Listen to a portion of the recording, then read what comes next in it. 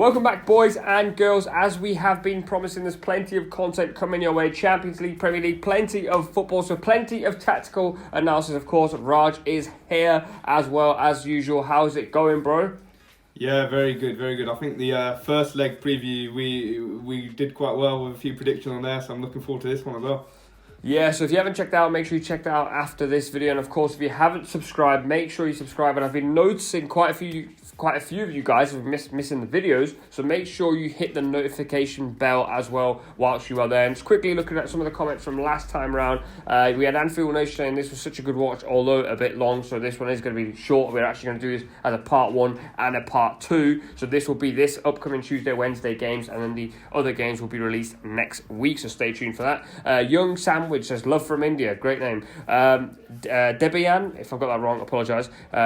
Excellent content, terrific analysis, became a fan right there. And LFC Joseph, clear to see the amount of work that's gone into this, whether I agree or disagree with some takes, this is great work. So great feedback, thank you very much. So make sure you get your feedback in the comments below. Let us know what you think is going to happen in the second legs of these ties. And of course, let us know who you think will win the Champions League, because that is the $1 million question. And there's one place to start, the $1 million game. Liverpool versus Atletico Madrid.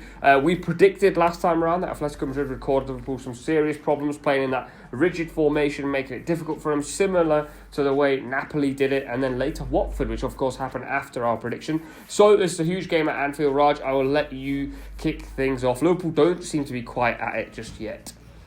No, and I think, as you said, we predicted Simeone's setup in that 4-4-2, very similar to how Ancelotti set up with Napoli and how it managed to stifle Liverpool. Simeone did similar, and it was down to those wide midfielders. First Lamar on the left and Koke on the right. Then it was Koke and Llorente in the wide slots in the second half. Those guys just trapped Liverpool's fullbacks all day long. They had the energy to do it, and it meant Liverpool were very blunt. And I think we're just going to go into a few ways on how Liverpool can improve and get around that.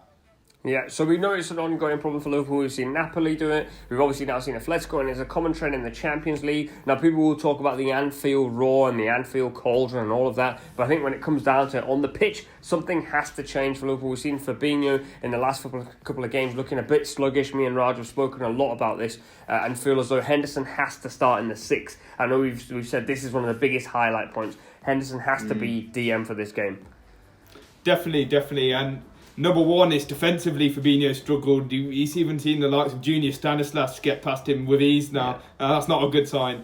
And then number 2 is about shifting the ball into those wide areas very quickly. But I think there's also 4 specific things in terms of tactically I think Liverpool can do. I think number 1, they actually need to create more advantageous positions for their fullbacks to cross, rather than crossing in quite deep areas, because Atletico Madrid were happy to do that, and they were happy to just allow Liverpool to cross them deep and then win those headers with Savic, and Felipe are strong in the air. So I think what Liverpool can do, they need to create more threat in the middle to then create space for the fullbacks. I think either Naby Keita or Oxlade-Chamberlain has to start in that advanced attacking midfield role, and I think you saw how that can benefit Liverpool. I think you saw at the Old Trafford game when they drew 1-1, it was Keita's dribbling in the middle which drew Manu infield, and then he sprayed the pass to Robertson, who then assisted for Lallana. I think that is an example of what you can do with midfielders who can actually dribble the ball. I think those 2 are going to be key, and they didn't play in the first leg, but I think they'll have to in the second leg.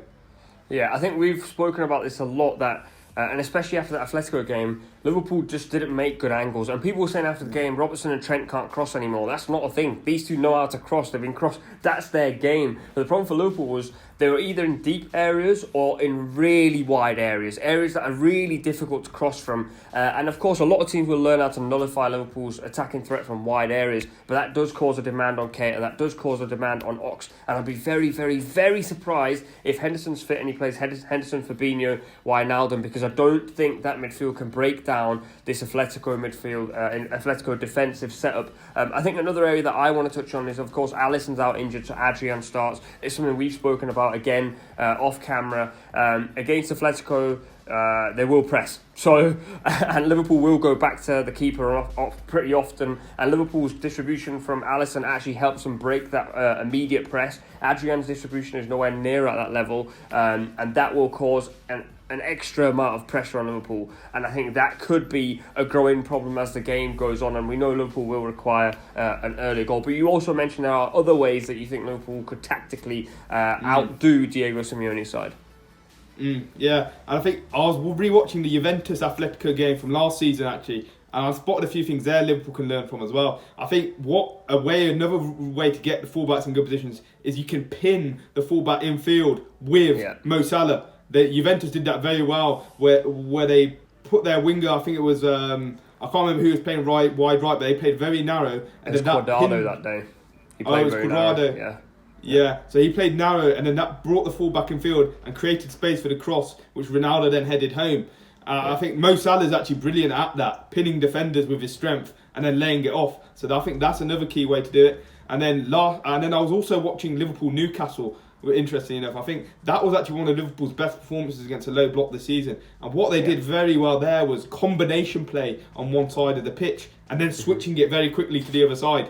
I think that's going to be key as well. And I think, as you mentioned before, Henderson is going to play a key role in switching it to the other side of the pitch. Liverpool were not doing that. The way they were switching it was doing it in a pedestrian manner, really, and going all the way across the back four. You can't do that. You've got to, number one, draw defenders to one side of the pitch with good play, combination play to feet, and then ping a diagonal to the other side. Yeah, I think everything you said is pretty much down to a T what I was thinking in terms of what I think Liverpool should do. I think the other key factor for Liverpool in this game would be, and I think the problem last time around at Atletico Madrid was Liverpool were very fearful of giving the ball away. So there's a lot of safe passes. And I think although people will look at Naby and go, he could be a problem if he loses the ball, the thing for Atletico will be, Atletico will not to be coming to Anfield to press in the forward areas, because they will not want to make any mistakes going forward. So they will allow Liverpool to have the ball, and that then nullifies Van Dijk's diagonal pass. That also nullifies Henderson's crossfield ping. What that means though for Liverpool is that when that ball is on the opposite side of the pitch, they need to get it to the other side as fast as possible. And the other big factor is Jime Vishaleko really gave Mane some problems. Now I think I've seen Trippier maybe play the last 3 or 4 games, or 2 or 3 games. Two games I think. He gave a penalty away in the game against Sevilla this weekend. I was watching that game, and his position is very susceptible. And also, Mane's got a good track record against Kieran Trippier and Spurs. So that could be a key area where Liverpool win the battle. But I think it could also, as we mentioned, come down to Anfield and the cauldron atmosphere. So it's going to be a very intense game. Let us know in the comments below what you think will happen. I think that will be a massive game this week. There is another massive game over in Paris. PSG. I have to mention one more thing, or not? Go on. I think the other thing that Liverpool could do as well, I think Salah stayed very wide against Atletico in the first leg. I'd like to see him come in field and play into Firmino's feet a lot more. Again, going back to that Newcastle game, that was how they broke down Newcastle's block. It was Salah coming very deep and central and playing into Firmino's feet and getting a 1-2 off him and then scoring. I didn't see that enough in the first leg, and I think that's going to be another thing that he can do. But yeah. He can't help himself, can he? But you are right. It's something that Liverpool have been struggling with recently. Although there were some pleasant signs against Bournemouth in the weekend just gone. But as I mentioned, of course, intense game there. Let us know what you think in the comments below. Another intense game over in Paris. Can I go for this one, Raj? It'll be PSG against Borussia Dortmund. Now Dortmund lead 2-1. Haaland's magic got them out of jail last time. And something that we've been mentioning about Dortmund is they've actually become a little bit better defensively via an ex-Liverpool player, Emre Can, who's been playing in the double pivot with Axel Witsel. Witsel being the passer, Can being the dribbler. The way they've been sort of dominating midfield has been really impressive. And the biggest problem for PSG in these big Champions League nights is that midfield just disappears. And I know people love Verratti, and I know people say he's a brilliant ball carrier and he's a brilliant footballer, but we have seen in these situations, we saw last season against Manchester United, he wasn't great. And we've seen it time and time again in big scenarios. PSG just cannot get to that level that's required. So I'll let you kick us off on what you think. I know you've got a lot on this because you were really going in on this fixture. Yeah, I really enjoyed the first leg actually. I thought it was a fascinating battle. I think before the game I did expect Tuchel to line up in the 4-4-2 he was using, but no, he threw that in the bin and went for the 3-4-3. Bizarre. So bizarre. Yeah. And just to match up Dortmund, who also play that system. But then I think you saw how football, you need players to suit the system, and PSG definitely did not. So what happened was they had a front three of Di Maria, Neymar and Mbappe. Di Maria and Neymar were playing very, very narrow, and I thought that was a major mistake from Tuchel. They were actually both playing in between the lines in central areas at times. And then that meant the reliance on the width was on Kazawa and Thomas Meunier, who aren't lightning quick. They're not going to threaten you. And then you juxtapose that with Dortmund, who had Ashraf Hakimi and Guerrero. Then you see the real difference of having top wing backs going forwards. And then you saw they had the threat. And then then Sancho and Thorgan Hazard actually played their roles very differently to Di Maria and Neymar. Rather than both of them coming narrow, one was wide at all times. And that meant they could create 2v1 overloads out wide, which PSG didn't have. Dortmund even had, in their back three, they had Piszczek, and he just followed Neymar everywhere as a right-sided centre-back. Yeah. And that's because he had only Mbappe to deal with up front. So that's why I think Tuchel has to go back to the 4-4-2 for the second leg. And that what that'll do is it'll enable them to have two strikers pinning the back three of Dortmund. It won't enable Piszczek to follow Neymar everywhere, but have more space. And I think that'll actually benefit PSG in the end if they do go two up front with maybe Icardi and Mbappe. Yeah, it was extremely bizarre because a lot of our first preview was about that 4-2-2-2 system that Tuchel's been using, and it's been so effective, and Di Maria seems to come to life in that system. I think if you go and play the system Dortmund want to play, and we've seen this season, Sancho, Thorgan Hazard and Ashraf Hakimi are arguably Dortmund's three most outstanding players this season, and if you go and try and beat them at their strength, when you've got Kasawa, which is a third, fourth choice left back who could have gone to Arsenal, the only reason he didn't is because they had injuries, and you have Thomas Meunier at the other side, who everybody knows, as Raj has mentioned, he's not Trent Alexander-Arnold, he's not even a Wan-Bissaka. No disrespect to the guy, he'd beat the crap out of me, the big lad, but he's not a fullback that's going to cause problems. When you match up to a side like Dortmund, who've been doing that game in, game out, you're not going to you're going to have no joy. I think the other problem last time around was they had Idrissa Gana Gueye in midfield and Marco Verratti. That ball wasn't reaching them front areas, the forward players very easily at all. And I think what they've done this season in the league is Neymar and Di Maria come and get the ball, and they go, you go carry the ball for us, you go and break the lines for us. I thought they played into Dortmund's hands like in a really bizarre way. And I think if you look at Dortmund, I mean, the way they've been playing it, and they've added Chan into that system now, where previously we've mentioned that they're much easier to break down, and if Mbappe and Neymar and Di Maria can get going, they could break through them. But now I think with that Chan and Witsel pairing, I think PSG can have a big problem trying to break through that. Definitely, and it's 2 goals conceded in just the last 5 games for Dortmund, so that's a drastic improvement. Yeah, I mean, I think the one thing I'd say is it's bizarre Icardi didn't even come on last time around. I think if you have a focal point like Icardi up front, and you have Neymar, Di Maria and Mbappe almost floating around him, there's a lot more fluidity, and PSG rely on fluidity, and they rely on playing fluid football. I just think in a weird way, Tuchel went to Dortmund thinking, I'll take a 1-1 or I'll take a 1-0 win. And it's a really bizarre strategy that went completely backwards for him. Maybe pretty similar to Klopp as well in the second half against Atletico. He took the result in the end. So maybe these guys will be proved right in the second leg. Who knows?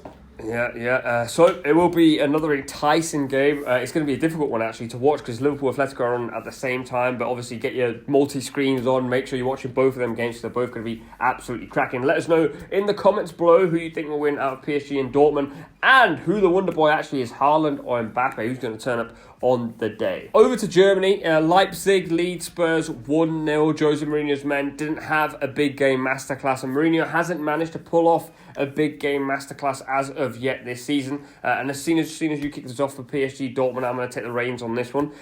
It could have been a lot more in the first leg. I thought Spurs were absolutely boxed to death. It was like watching a heavyweight boxer who's won all the titles over all the years coming up against a new younger boxer who's much more hungry, who wanted it more. Call it Tyson Fury and Deontay Wilder, and Wilder went down quite a few times, and Spurs went down a lot of times, and Leipzig had a lot of big chances. And I think the big issue that we discussed when we've done the preview is Werner against Aurier, and this was Nagelsmann playing to his strengths. Nagelsmann said, Aurier is a weak link in the Spurs defence, I'm going to play Werner off that left channel, and almost sacrificed Werner in the sense of he wasn't his focal point throughout the whole game, albeit he scored the penalty, but everything for Leipzig was going down Werner's side. Every time they had a chance to isolate Aurier, that is where they were winning the game. And there are growing problems for Spurs. I mean, Spurs this season have just drawn against Burnley. Jose Mourinho's playing Oliver Skip. He's just thrown Ndombele under the bus. Not literally, figuratively. He's probably going to throw him under the bus, literally as well. He parked the bus on top. He probably parked the bus on top of him as well.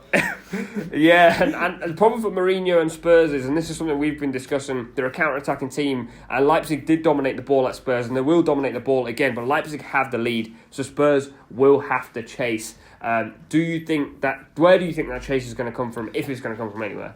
Well, I think this key is, I think that's what system Mourinho chooses is going to be key for this game. He's tried several things. He's tried a 5 at the back. That hasn't actually helped Spurs defensively. He had a flat back 5, really, even against Burnley, and he conceded with that. And he also had 5 at the back against Chelsea, conceded 2. I don't think he needs to play defensively now. What he needs to do is play to Spurs' strengths, and that is getting Dele Alli, Bergwijn, Moura, all 3 of them flooding the box. So I think you saw that against Wolves, actually, where they played a 4-3-3. Dele played as a false 9, Bergwijn on one flank, Moura on the other, and they managed to get numbers in the box, and it caused Wolves problems, actually. And then you've got Aurier overlapping, providing the ammunition from the right. I think that is Spurs' key to getting a result. Play a 4-3-3, go aggressive with your system. Don't play that 4-4-2 you played in the first leg, where Dele played as a kind of left-sided striker, more as a right-sided striker, Bergwijn having to play a disciplined role on the left. Play all 3 as attackers, and I think that'll be the best way. And I think it takes advantage of a Leipzig weakness, and that's what we talked about before the first leg. The coordination between the back 3 isn't always the best in terms of the spacings. You saw again last week, Leverkusen took advantage of it with Leon Bailey's goal. They had a runner going in behind between their left wing back and left centre back, Leverkusen, between Leipzig's defenders there, and they scored from it. So I think that's going to be Spurs' best way. Yeah, I think we mentioned in the preview that if you press that Leipzig back line, although people love Upamecano and several of the Leipzig players, they're not a ball-playing back line. They pretty much give it to the midfielders, in particular Konrad Laimer, and they get from one end of the pitch to the other end of the pitch. If you press that back line, and this is something we haven't seen Mourinho do this season, Spurs do look lethargic without actually putting effort in. It's a really bizarre combination, but they don't press, and they let teams play out from the back for free pretty much, and let teams onto their back 4, which I still, for the life of me, cannot work out why Mourinho is doing that, because their back 4, Aurier's been error-prone all season. Yeah. Toby Alderweireld looks a shadow of the player he was. Same with Vertonghen. Ben Davies is out at left back, and their goalkeepers haven't been on stellar form all season. So you invite pressure on yourself. I actually think go offensive. Mourinho has to go offensive. Go press the Leipzig back line. Try and play, if you have to play direct balls in there, try and scrap for the second balls. And in that sense, you can make it more of a Mourinho game. You can make it a bit more scrappy. I think the problem they've got is they're behind. And if Leipzig score the next goal, Spurs have to score 3 goals at Leipzig. And Spurs have not only struggled to score goals, they've also been struggling at the back as well. So it'd be interesting to see how he lines up. Yeah, I think you're right, because if you're going to go out, you may as well go out trying to get a result rather than just sitting back. And the defence is obviously a weak point for Spurs. So if you sit back, I think Leipzig will inevitably score. They've got so many sources of goals. You've got Konrad Laimer, his box-to-box energy, running into the box, making late runs. Sabitzer, phenomenal passer of the ball and can dribble past players. Werner, as you mentioned. They've got so many weapons in there. They've even got... Forsberg. Yeah, Forsberg off the bench. Schick's hold at play was excellent in the first leg. So yeah. And I think where Spurs also with a system, if they play a 4-3-3, I think if you've got 3 men in there against Leipzig's double pivot of Laimer and Sabitzer, that's actually one area you can try and outnumber them in. Try and get some control in possession. Maybe Winks, Lo Celso, and I reckon it'll probably be Gedson because he was rested against Burnley. Yeah. So I think that's the way to go. Well, it'll be interesting to see if Jose's Spurs can get a result in Leipzig, or could we see 2 English sides go out in the same week? I don't know when the last time that happened. It would be pretty mental if that did happen. So let us know in the comments below. And finally, we have Valencia against Atlanta, which is probably the one tie that's already done. Bayern and Chelsea probably already done as well, which we'll touch on next week. But Atlanta battered Valencia 4-1, and we actually called this one. We said Atlanta would beat Valencia because Atlanta have goals pouring out, and they've scored 7 in their last 2 away games. In the last 2 away games, which is not 7 goals in total. They've scored 7 in each game. That's 14 goals away from home. They've got goals pouring out of them. Valencia need to score. Yeah, it's bonkers. And we mentioned the system they've been using, and Ilicic and Gomez and all these players that have come to life. And dare I say, we could have a bit of a surprise package if Atlanta manage to draw maybe an out-of-form Juve, or if Lyon go through, or an out-of-form Barca or Napoli go through. They could squeeze their way into the next round and maybe go a lot further than what people think, because they have got the attacking prowess for it. They do score goals. Any words of advice for Valencia? I don't think there is any. No, I think they're going to be lambs to the slaughter, really. I think, as you mentioned, the goals, 3rd top scorers in Europe's top 5 leagues behind PSG and Bayern, 70 goals. And as you said, there's actually another warning for the rest of Europe. Duvan Zapata is now back in top form as well after his injury. So he scored a hat-trick in that 7-2 win. So that is scary, really, for everyone else. I think these guys, as you said, goals everywhere, and even more goals now. Yeah, well, I think we're both pushing Atlanta through. If any Valencia fans out there have any hope for Valencia, let us know in the comments below. But that is all for this Champions League Part 1 preview. We'll also be looking at next week, so make sure you subscribe. Stay tuned for that. Drop all your comments and any feedback you've got in the comments below. We read through every single comment. We look at all the feedback. We do brainstorm the feedback as well and try and get things nailed down. Drop a like on this video. Subscribe if you're new, and we'll see you guys next time.